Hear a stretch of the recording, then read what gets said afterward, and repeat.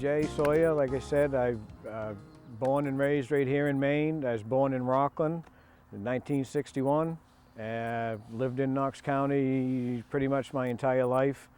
Graduated Madomic Valley High School in '79. Went to Maine Maritime Academy. Got a degree in marine engineering.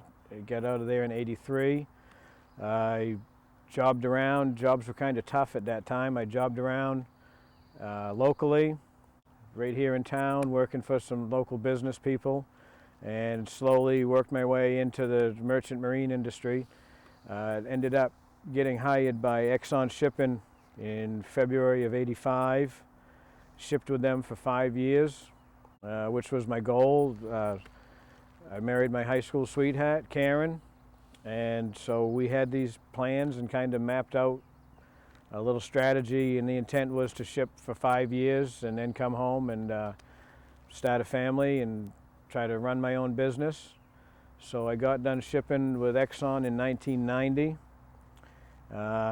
Still not really knowing exactly just what I wanted to do with myself.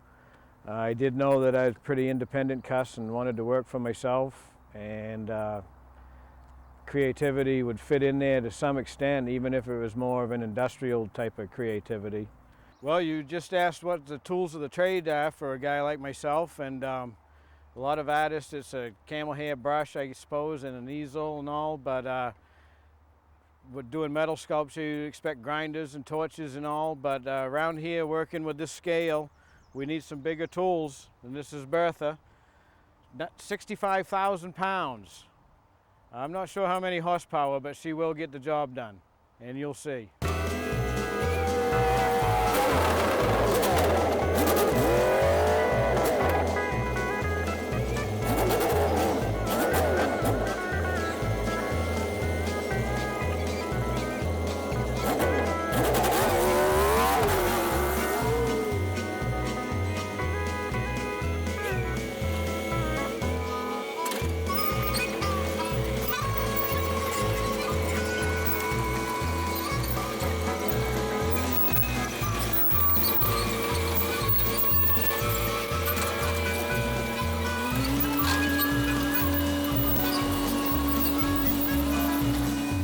Well, what you just saw there was a little bit of funning around. That was my son Jacob and my right-hand man Mike.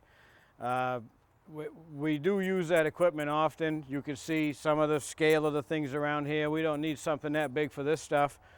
But right out back is a project I'm working on. It's a belly pan of a 100,000 gallon water tank that came from Miller Falls Woolen Mill. And they demolished the water tank. It fell to the ground. It had a 34-foot diameter. The ends crushed in when it fell. It ended up with a 14.5-foot section that wasn't damaged. So we cut that in half, brought it home, fashioned up a table under a gantry, tacked it all back together, and that's where it's at. So now we're going to fire up Bertha, and we're going to bring a trailer up. We're going to mount this piece of gazebo roof. That's her intentions are. Load it on a trailer, bring it to the studio to weld up the seam.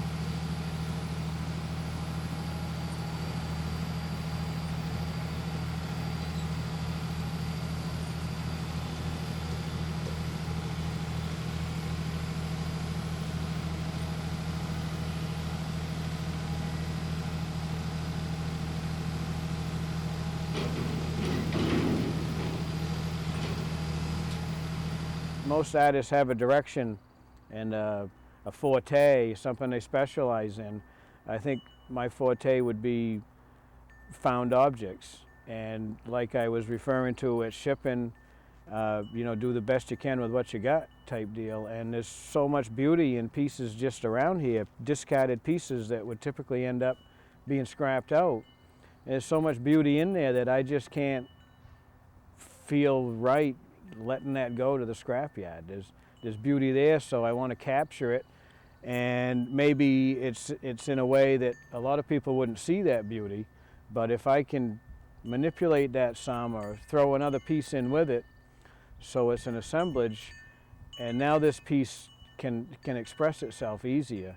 And then another, you know, somebody who doesn't consider themselves a big art fan or something, this piece, if it's done right, should speak right to them, and they'll recognize it as something with some beauty. I was approached by a landscape architect that I had worked for previously, and he was doing some work with this lady, and she had a request for a sculpture built that would be a water feature, and it would utilize an old dug well that was on the property and pump water up and circulate, make some wheels turn.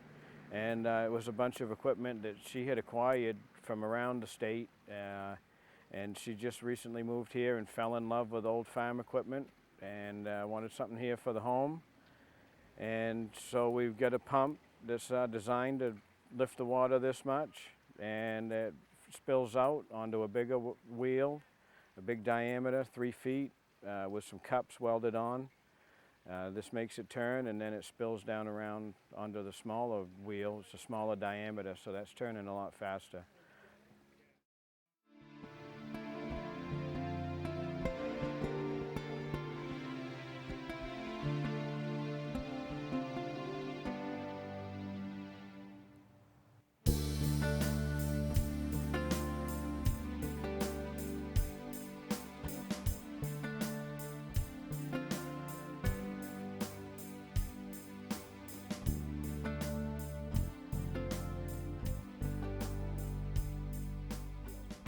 Oh, it's wonderful. It's creative.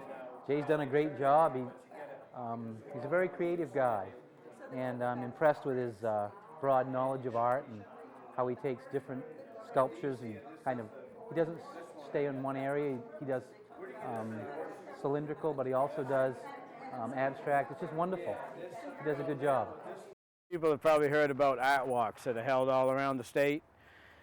Portland, I believe Portland was one of the first ones to start this. They do it on First Fridays. Rockland is now doing First Fridays. I think Belfast does First Fridays. So far I've been to Portland, Rockland, and Bath. I hope to hit them all. But they say art walk, so me and at least one comrade, we show up, and then I walk my art.